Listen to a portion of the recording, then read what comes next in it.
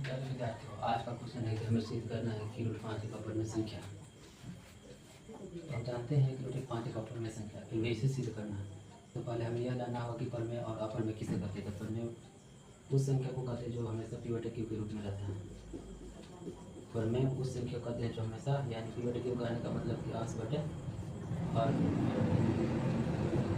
जहाँ q बराबर not equal to 0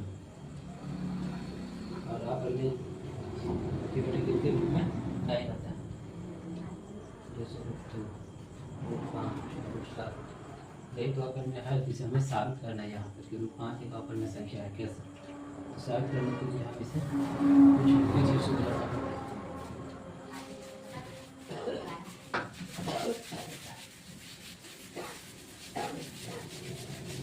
पहले हम इस क्वेश्चन को सॉल्व करते हैं। पहले हम मानते हैं, यहाँ पर लिखेंगे हल माना कि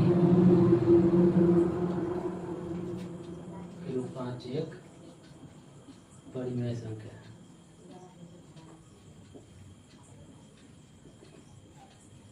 जब यह परिमेय संख्या होगा तो p बटे q के रूप में होगा ही, तो इसलिए यहाँ पे लिखेंगे 5 बराबर p बटे, जहाँ q क्या होता है, q बराबर नॉट इक्वल टू 0।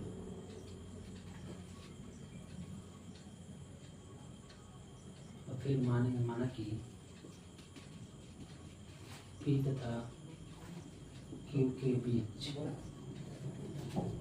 एक के अलावा कोई और उभयनिष्ठ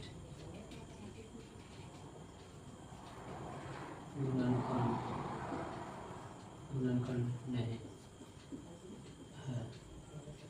क्या माने? माना कि p तथा q के बीच एक के अलावा कोई और उभयनिष्ठ गुणनखंड नहीं है। और फिर लिखेंगे चूंकि रूट 5 बराबर p बटे q। अब लिखेंगे दोनों तरफ वर्ग करने पर, दोनों तरफ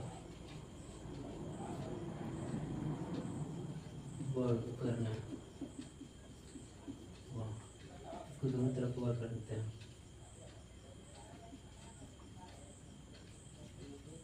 आइए, तुम जानते हैं कि स्क्वायर से रूट खत्म हो जाती है, बचेगा इधर 5, ये इधर बचेगा p स्क्वायर बटे q स्क्वायर।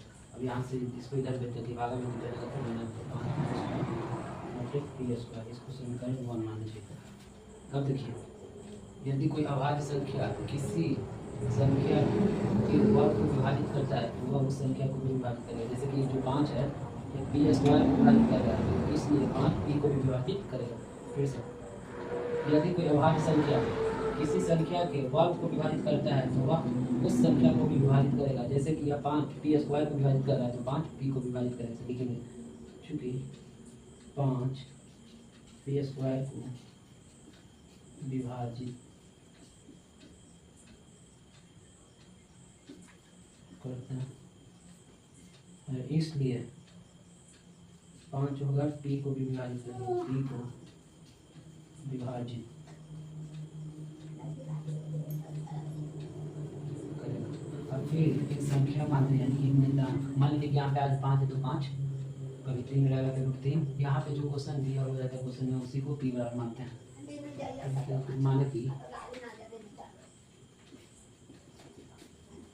p बराबर 5 की, जहाँ के एक नियतांक है, यानी कि अच्छा मान है, तो p का मान सीधे समीकरण 1 में रखते हैं। समीकरण 1 कितना है? 5q स्क्वायर बटे p स्क्वायर।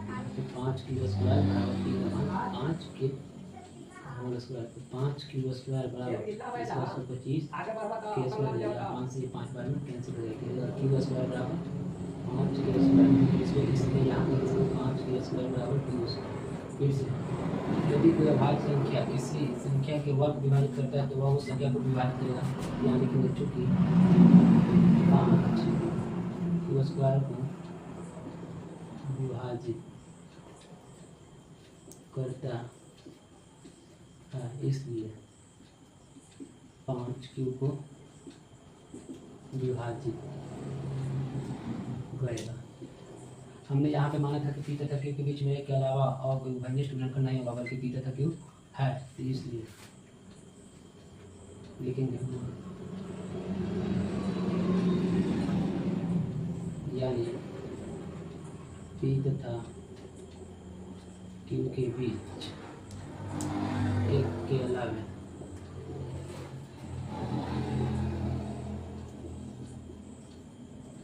और भी